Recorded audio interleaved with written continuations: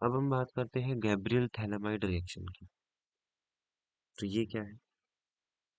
देखिए, इसमें जो थैलामाइड होता है, ठीक है, जो थैलामाइड होता है इसकी हेल्प से हम क्या करते हैं, इसकी हेल्प से हम अल्काइल थैलामाइड की क्या करते हैं, प्रिपरेशन। फर्दर हम इसकी हेल्प से क्या बनाते हैं, प्राइमरी अमीन्स।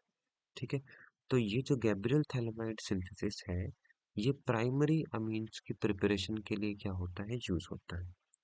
इसमें सबसे पहले क्या होता है, आप इथेनॉलिक पोटेशियम हाइड्रोक्साइड के साथ इसको रिएक्ट करवाते हो। पोटेशियम यानी के, हाइड्रोक्साइड यानी OH ग्रुप, इसके साथ आप ट्रीट करवाओगे। तो यहाँ पे क्या होता है भाई, यहाँ पे वाटर का तो हो जाता है रिमूवल और ये के ग्रुप इसके साथ जुड़ जाता है। ठीक है, तो यहाँ पे क्या हुआ, ये आपके पास ये ग्रुप बन गया। फर्दर जब RX के साथ यानी एल्काइल हैलाइड के साथ इसको ट्रीट करवाओगे, तो KCl बाहर निकल जाएगा, R ग्रुप यहाँ पे जुड़ जाएगा और आपको मिल जाएगा एल्काइल थैलामाइड। अब इस एल्काइल थैलामाइड को फर्दर जब NaOH के साथ ट्रीट करवाते हो, तो यहाँ पे क्या होता है, यहाँ पे जब NaOH के साथ इसको ट्रीट करवाते हो, तो ये बॉन्ड ब्रेक हो जाता है और ये भी बॉन्ड क्या हो जाता है, ब्रेक। यहाँ पे लगभग 2 मोल्स के हम इसको यूज करते हैं। यहाँ पे बॉन्ड का ब्रेकेज होता है नेगेटिव पॉजिटिव। ठीक है, तो होता क्या है भाई, यहाँ पे जो ये NaO ग्रुप है, इसको तो नेगेटिव मिलेगा, इसको क्या मिलेगा, पॉजिटिव। इसको भी पॉजिटिव मिलेगा और इसको भी नेगेटिव मिलेगा। तो यहाँ का जो H है वो तो चला गया इसके पास, दूसरा H था वो भी चला गया इसके पास, तो आपको मिल गया क्या, RNH2। फर्दर यहाँ पे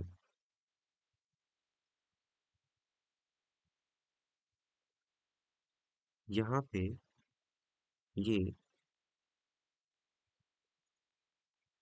इनके पास क्या बचा भाई, इनके पास पॉजिटिव चार्ज बचा और यहाँ पे ONA आ जाता है, क्या आ जाता है, ONA। ठीक है, तो इस तरीके से क्या होता है भाई, यहाँ पे प्राइमरी अमीन की क्या होती है, प्रिपरेशन होती है। ठीक है, अब हम बात करते हैं हॉफमैन ब्रोमामाइड डिग्रेडेशन रिएक्शन की।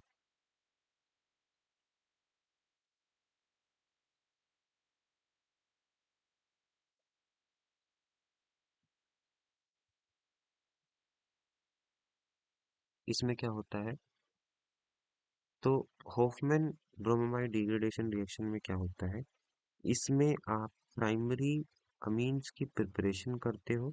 कैसे, इसमें आप RCONH2 लेते हो, ये क्या है, अमाइड।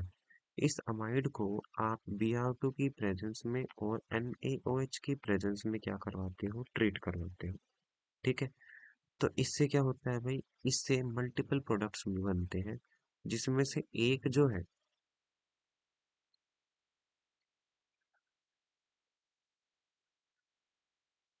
इसमें से एक जो है, इसमें से जो एक प्रोडक्ट है वो क्या है, प्राइमरी अमीन RNH2, प्लस में Na2CO3 बनता है, और प्लस में क्या बनता है, ट्वाइस ऑफ NaBr, और साथ में क्या बनता है, ट्वाइस ऑफ H2। ये प्रोडक्ट बनता है। ठीक है, इसके बाद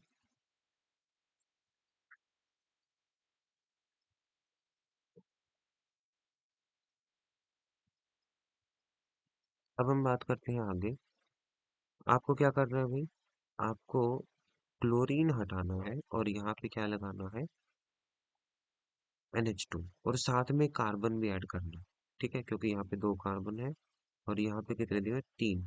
तो अगर आप यहाँ पे साइनाइड ग्रुप ऐड कर देते हो और फर्दर उसको रिड्यूस करवा देते हो, 2 बॉन्ड तोड़ के HH लगा देते हो, तो यहाँ पे सिंपली क्या बन जाएगा, ये आपको अमीन की प्रिपरेशन हो जाएगी। तो आप क्या करोगे, इसको सबसे पहले NaCN के साथ ट्रीट करवाओगे, ताकि यहाँ से NaCl का तो हो जाए रिमूवल, और ये जो CN ग्रुप है ये आ जाए यहाँ पे, तो ये CN ग्रुप का हो जाता है एडिशन। फर्दर आप, मैंने ऊपर आपको बता ही दिया है कि रिडक्शन के लिए आप H2 निकल का यूज कर सकते हो। ठीक है, तो यहाँ पे ये दोनों बॉन्ड टूट जाते हैं HH की प्रेजेंस में, तो यहाँ पे CH3 CH2 CH2 और NH2 ये ग्रुप बनेगा। ठीक है, इजीली प्रिपरेशन हो जाएगी। फर्दर इसमें यही सेम टू सेम चीज बोल दी। अब इसमें बेंजीन, यानी बेंजीन के ऊपर इन्होंने क्या लगाया हुआ है, इन्होंने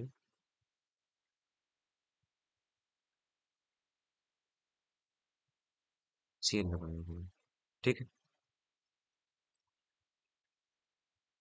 तो यहाँ पे क्या होगा भाई, यहाँ पे इन्होंने बोले इस क्लोरीन को हटाओ और यहाँ पे CH2NH2 लगाओ। तो क्या करोगे आप, सबसे पहले साइनाइड ग्रुप को जोड़ोगे किसकी प्रेजेंस में, NaCN की प्रेजेंस में। इस तरीके से क्या होगा, यहाँ पे NaCN बाहर निकलेगा और CN इसके साथ जुड़ जाएगा। ठीक है, तो ये चीज हुआ। फर्दर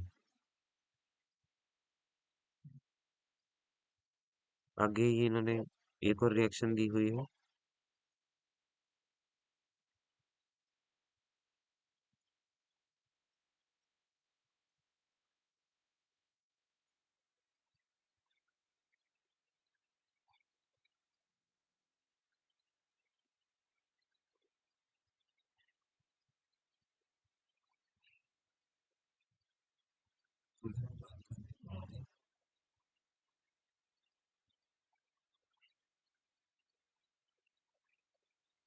चलिए, अब हम बात करते हैं इसकी। इन्होंने बोला है कि आपको स्ट्रक्चर बताना है, आयोपैक नेम बताना है इन रिएक्शंस का, ये आप खुद करोगे। ठीक है, क्योंकि ये ऊपर से ही क्या है, ऊपर से ही मतलब सेम टू सेम प्रोसीजर से क्या किया उन्होंने मेंशन किए हुए हैं। आगे हम बात करते हैं फिजिकल प्रॉपर्टीज की। तो फिजिकल प्रॉपर्टीज क्या कहता है? ये कह रहा है कि जो लोअर एलिफैटिक अमीन्स है, लोअर एलिफैटिक अमीन्स मतलब जिनके पास कार्बन का नंबर क्या है, कम है।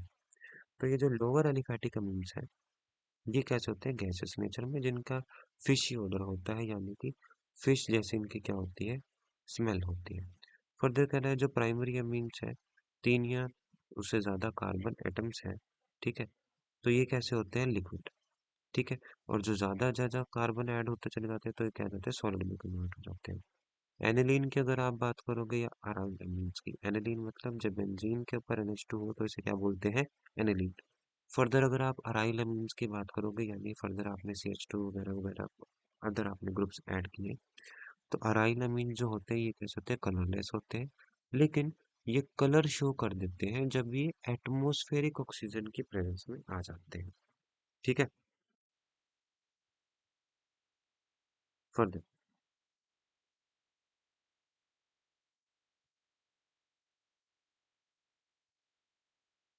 जो लोअर एलिफैटिक अमीन्स है वो सॉल्युबल होते हैं वाटर के अंदर। ठीक है, क्योंकि ये क्या कर देते हैं भाई, ये हाइड्रोजन बॉन्ड की फॉर्मेशन कर देते हैं, क्योंकि नाइट्रोजन के पास लोन पेयर है ना, वो डोनेट करता है और H पॉजिटिव उससे अट्रैक्ट हो जाते हैं, तो हाइड्रोजन बॉन्डिंग क्या करते हैं, शो करता है। लेकिन ये जो सॉल्युबिलिटी है ये घटती चली जाती है, सॉल्युबिलिटी क्या करती चली जाती है, घटती चली जाती है, जैसे जैसे कार्बन का नंबर बढ़ता चला जाता है। ठीक है, क्योंकि कार्बन जो होता है वो हाइड्रोफोबिक होता है। हाइड्रोफोबिक मतलब उसे पानी पसंद नहीं है।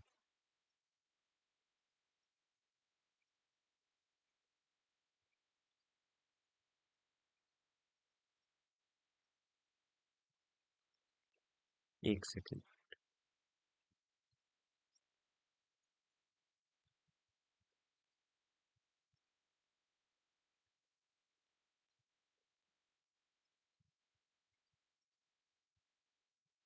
तो यहाँ पे जो हाइड्रोफोबिक नेचर है वो कौन शो करता है, एल्काइल पार्ट यानी कार्बन वाला पार्ट। उससे हाइयर जो अमीन्स होते हैं वो इनसॉल्युबल होते हैं वाटर में अंदर, क्योंकि जैसे जैसे कार्बन का नंबर बढ़ता चला जाता है तो वहां पे क्या होता है, हाइड्रोफोबिक नेचर बढ़ता चला जाता है। अब अगर नाइट्रोजन के आप इलेक्ट्रोनेगेटिविटी की बात करोगे और ऑक्सीजन की, तो जो नाइट्रोजन की इलेक्ट्रोनेगेटिविटी है उसका नंबर आता है 3, ऑक्सीजन का आता है 3.5। तो यहाँ से अगर हम बात करें भाई ज्यादा इलेक्ट्रोनेगेटिव कौन है, ऑक्सीजन, ये ज्यादा इलेक्ट्रोनेगेटिविटी। ठीक है, तो इसके बाद हम इनका वो भी नेचर भी प्रिडिक्ट कर सकते हैं। तो सॉल्युबिलिटी किसकी ज्यादा होगी, ऑक्सीजन वाले की, यानी अगर आप बात करोगे अमीन्स की, RnH2 की, और आप बात करोगे अल्कोहल की, तो इनकी क्या होगी, हाइड्रोजन बॉन्डिंग बहुत ज्यादा होगी इलेक्ट्रोनेगेटिविटी की वजह से, और इजीली क्या हो जाएंगे, सोल्यूबल हो जाएंगे as compare to this one, amines के कंपैरिजन में ये ज्यादा सोल्यूबल होंगे। ठीक है, फर्दर अमीन्स जो हैं वो सोल्यूबल होते हैं ऑर्गेनिक सॉल्वेंट में, जैसे अल्कोहल, ईथर और बेंजीन। ठीक है, और ये कैसे होते हैं भाई, ज्यादा अल्कोहल जो है वो ज्यादा पोलर होता है अमीन से, क्योंकि इसके अंदर इलेक्ट्रोनेगेटिविटी डिफरेंस बहुत ज़्यादा है ऑक्सीजन की वजह से, नाइट्रोजन का कम है, इसलिए पोलर नेचर ज़्यादा है, यानी चार्जेस का डेवलपमेंट अच्छा खासा होगा। और इनके अंदर इंटरमॉलिक्यूलर हाइड्रोजन बॉन्डिंग अच्छी खासी होगी, इसलिए इनकी सॉल्युबिलिटी ज़्यादा होगी। प्राइमरी और सेकेंडरी जो अमीन्स हैं वो इंटरमॉलिक्यूलर एसोसिएशन शो करते हैं, यानी हाइड्रोजन बॉन्डिंग शो करते हैं नाइट्रोजन और हाइड्रोजन के बीच में।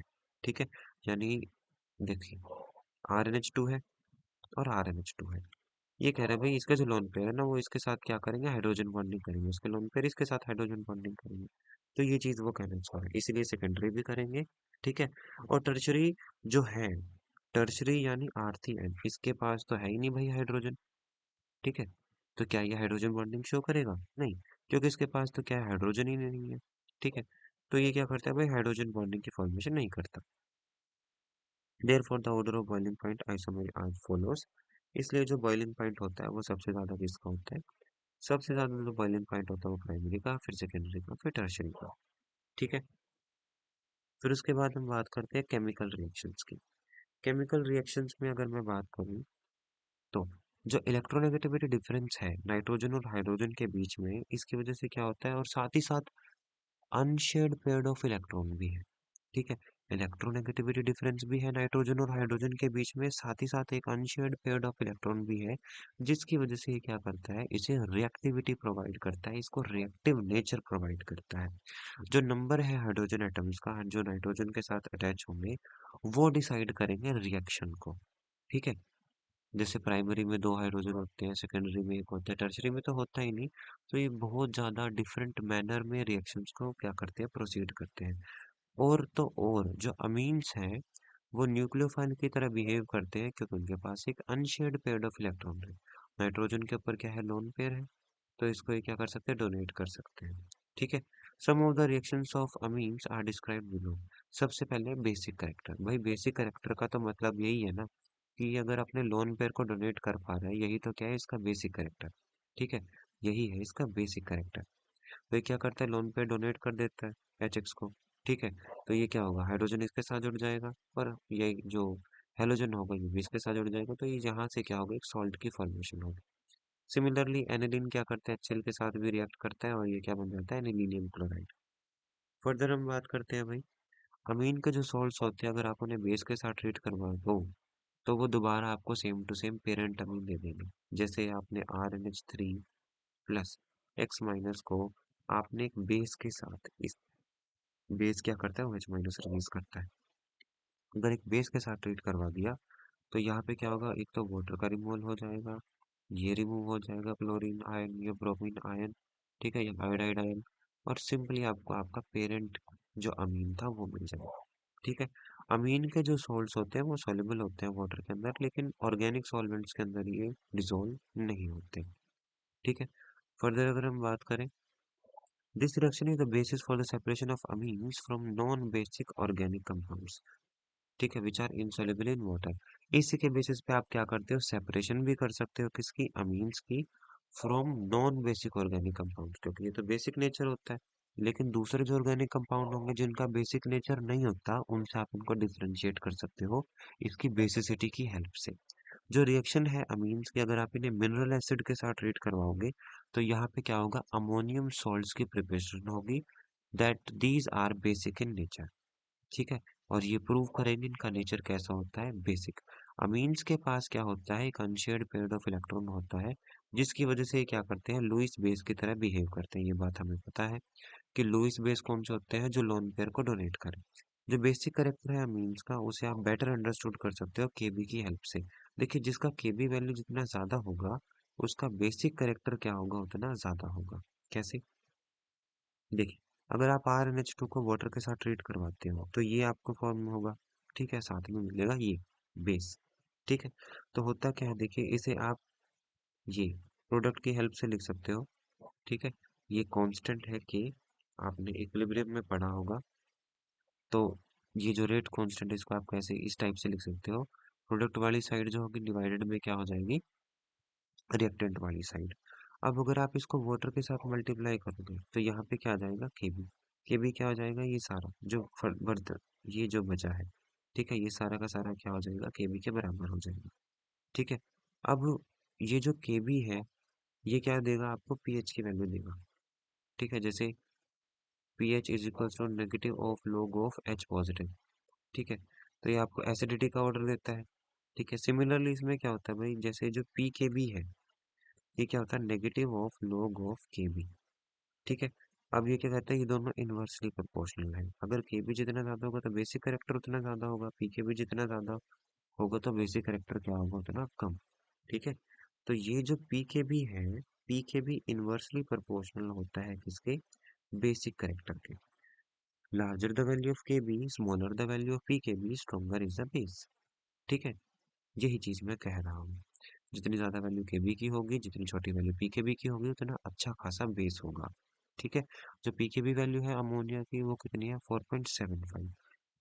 ठीक है, लेकिन अगर आप बात करोगे एलिफैटिक अमीन्स की, तो ये अमोनिया से ज्यादा क्या होते हैं, बेसिक होते हैं। देखिए, अगर आप आर एन एच टू की बात करोगे, एन एच थ्री की, ये अगर आप बात करो, देखिए इसके पास खुद के लोन पेयर है, इसके पास खुद के लोन पेयर है, दोनों ने डोनेट करना है। लेकिन होता क्या है भाई, इसके पास एक प्लस आई ग्रुप है, यानी एक इलेक्ट्रॉन डोनेटिंग ग्रुप है, ये इसको और ज्यादा इलेक्ट्रॉन देगा ताकि इलेक्ट्रॉन डेंसिटी बढ़ जाए। और जब इलेक्ट्रॉन डेंसिटी बढ़ेगी तो इजीली इलेक्ट्रॉन को डोनेट कर पाएगा, यानी कि इसका जो बेसिक करेक्टर है वो ज्यादा है किससे, अमोनिया से। ठीक है, प्लस आई इफेक्ट की वजह से। और इसकी जो पी के बी वैल्यू है 3 से 4.22 के बीच में क्या आती है, रेंज में आती है। लेकिन अगर आप एरोमेटिक अमीन्स की बात करोगे, ये वीकर बेस होते हैं अमोनिया से। ऐसा क्यों होता है, देखिए, अगर आप अमोनिया की बात करोगे तो लोन पे डोनेट करेगा। लेकिन अगर आप बेंजीन की बात करोगे, अगर इसके पास NH2 है, अरे भाई, लोन पेयर, सिंगल बॉन्ड और डबल बॉन्ड, ये क्या होता है, रेजोनेंस। तो ये लोन पेयर क्या करेगा, अंदर ही अंदर क्या करेगा, रेजोनेंस करेगा। क्या करेगा, रेजोनेंस। अभी लोन पेयर तो डोनेट करने में इतना अच्छा खासा कैपेबल हो नहीं पाया, इसकी वजह से ये जो सिंपल अमोनिया है, इसका जो बेसिक रिएक्टर है वो ज्यादा होगा। यानी कि फाइनली हम कह सकते हैं इस तरीके से ये क्या होगा, ऑर्डर होगा। ठीक है, ये है बेसिक कैरेक्टर का ऑर्डर, जो बहुत ज्यादा इंपॉर्टेंट है, आपको पता होना चाहिए। ठीक है, फर्दर,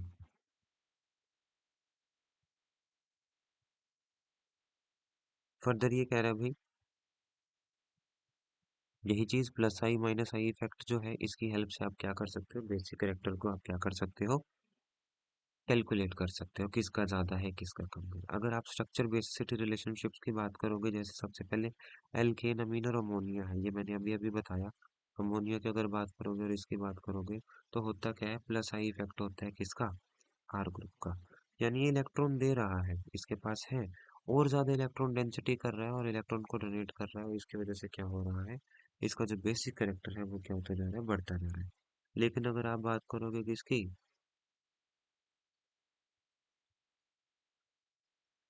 टर्शरी अमीन की, देखिए, अगर आप बात करते हैं टर्शरी अमीन्स की, यहाँ पे तो इतने सारे आर ग्रुप्स हैं।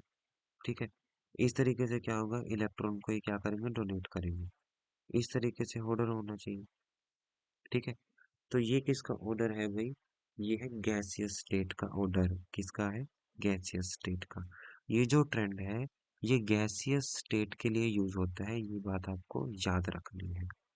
ठीक है, लेकिन अगर आप एक्वस फेस की बात करोगे, यानी लिक्विड स्टेट की बात करोगे, तो यहाँ पे प्लस आई इफेक्ट के साथ साथ हाइड्रोजन बॉन्डिंग का कॉन्सेप्ट भी लगता है। ठीक है, इस वजह से यहाँ पे क्या होता है, ये दोनों इफेक्ट देखे जाते हैं। इसकी वजह से जो हाइड्रोजन बॉन्डिंग है यहाँ पे डोमिनेट कर जाता है। तो होता क्या है, प्राइमरी का ज्यादा होता है, फिर सेकेंडरी का, फिर टर्शरी। ठीक है, तो गैसियस स्टेट की अगर आप बात करोगे, तो यहाँ पे क्या था, सिंपल टर्शरी, सेकेंडरी, प्राइमरी और अमोनिया। लेकिन अगर आप वेब उसको एक्वस स्टेट की बात करोगे, तो यहाँ पे क्या हो जाएगा, एक्वस स्टेट में यहाँ पे प्राइमरी, सेकेंडरी और टर्शरी, ये चीज यहाँ पे क्या होगी, फॉलो होगी सॉल्वेशन के रिस्पेक्ट में। दूसरी बात, आपको दो चीजें और याद रखनी है। ठीक है, यहाँ पे मिथाइल ग्रुप और इथाइल ग्रुप का क्या रोल है, देखिए, सेकेंडरी, सेकेंडरी, ठीक है, टर्शरी, यहाँ पे क्या आएगा, प्राइमरी, यहाँ पे आएगा प्राइमरी, यहाँ पे आएगा टर्शियरी। अगर आप मिथाइल ग्रुप लेते हो, इसका जो ऑर्डर होगा वो क्या होगा, 2 1 3। लेकिन अगर आप इथाइल ग्रुप लेते हो, इसका जो ऑर्डर होगा बेसिसिटी का वो क्या होगा, 2 3 1। इसको आप याद रख सकते हो, मैं तेरा, ठीक है, मैं तेरा। इसकी हेल्प से आप याद कर सकते हो, क्योंकि 2 नंबर तो क्या है, बिल्कुल फ्रंट में ही है, बस इन दोनों के बीच में डिफरेंस है। ये आप इस तरीके से याद कर सकते हो, बेसिसिटी का ऑर्डर है। ये इंपॉर्टेंट है, ये आपको याद होना चाहिए। इसके बाद हम बात करते हैं अराइल अमीन और अमोनिया की। मैंने बोला ना कि जितने, अगर आप बात करोगे, ये जो लोन पेयर है ये अंदर ही अंदर क्या करेगा, रेजोनेंस शो करेगा बेंजीन के अंदर। क्योंकि लोन पेयर सिंगल बॉन्ड और डबल बॉन्ड ये रेजोनेंस की कंडीशन है, तो अंदर ही अंदर लोन पेयर होगा। ऑर्थो पे और मेटा पोजीशन पे क्या होगा, चार्जेस की डेवलपमेंट होगी, ठीक है। और अगर आप बात करोगे एनिलीनियम आयन की, तो ये क्या करता है, ये प्रोटॉन को एक्सेप्ट करता है। On the other hand anilinium ion obtained by accepting a proton, जिसकी वजह से सिर्फ 2 रेजोनेटिंग स्ट्रक्चर्स बनते हैं। अच्छा, जितना ज्यादा रेजोनेटिंग स्ट्रक्चर होंगे उतनी ज्यादा क्या होगी, स्टेबिलिटी। तो ये क्यों लोन पेयर को डोनेट करना चाहेगा, क्योंकि ऑलरेडी स्टेबल है, ठीक है। फर्दर ये कह रहा है, we know that the greater the number of resonating structure greater the stability. तो एनिलीन जो है, इसके 5 रेजोनेटिंग स्ट्रक्चर है, वो ज्यादा स्टेबल है एनिलीनियम आयन से। इसलिए जो प्रोटॉन एक्सेप्टेबिलिटी है, या फिर कह लीजिए बेसिक नेचर जो है एनिलीन का या फिर एरोमेटिक अमीन्स का, वो कम होता है अमोनिया से। लेकिन अगर आप यहाँ पे OCH3 लगा देते हो, CH3 लगा देते हो, ये सारे के सारे प्लस आई ग्रुप्स है, यानी इलेक्ट्रॉन को डोनेट करेंगे तो इसकी इलेक्ट्रॉन डेंसिटी को बढ़ा देंगे। तो यहाँ पे क्या हो जाएगा, इसका बेसिक कैरेक्टर बढ़ जाएगा। लेकिन दूसरी तरफ अगर यहाँ पे आप NO2 SO3H ग्रुप लगा देते हो, ये क्या कर देंगे, ये है माइनस आई ग्रुप्स। ये इलेक्ट्रॉन्स को अपनी तरफ खींचते हैं, विड्रॉइंग नेचर के होते हैं, तो ये क्या कर देते हैं, इलेक्ट्रॉन डेंसिटी को कम कर देते हैं, जिसकी वजह से क्या होता है, बेसिसिटी क्या हो जाती है, कम। अब ये देखिए, ये कौन सा है भाई, C6H5, ये क्या है, एनिलीन, ये चीज। दूसरा क्या है, ये देखिए सेकेंडरी, ये प्राइमरी, और लास्ट में क्या है, अमोनियम। हमें पता है सेकेंडरी सबसे पहले आता है, ठीक है, फिर उसके बाद क्या आ जाएगा, प्राइमरी, ठीक है, फिर उसके बाद जाएगा अमोनिया, फिर आ जाएगा अराइल अमीन। देखिए अमोनिया का तो अराइल अमीन से ज्यादा ही होता है ना, इससे तो ज्यादा ही होगा, क्योंकि यहाँ पे तो रेजोनेंस हो रही है। अमोनिया का तो इससे ज्यादा होगा। फर्दर आपको पता है भाई, अगर यहाँ पे इथाइल ग्रुप लगा दिया, ये इलेक्ट्रॉन डोनेटिंग है, तो यहाँ पे क्या हो जाएगा, इलेक्ट्रॉन डेंसिटी बढ़ जाएगी, तो इजीली डोनेट कर पाएगा। अगर आपने 2 ग्रुप ऐसे लगा दिए, तो और ज्यादा इलेक्ट्रॉन डेंसिटी बढ़ गई, और ज्यादा बेसिक करेक्टर बढ़ गया, ठीक है। तो ये चीज है क्या भाई, ये है बेसिक करेक्टर ऑफ एनिली।